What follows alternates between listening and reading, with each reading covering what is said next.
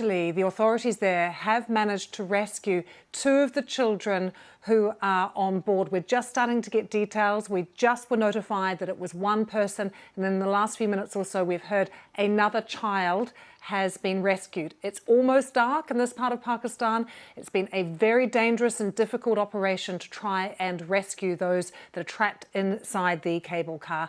Let's bring the Pakistan military, which has been undertaking the rescue operations, have halted them for now. They report light, wind and weather constraints in Battagram as a reason for the halt. At least 4 children have been brought to safety till now. 3 children and an adult remain stuck, while the darkness has made military choppers useless.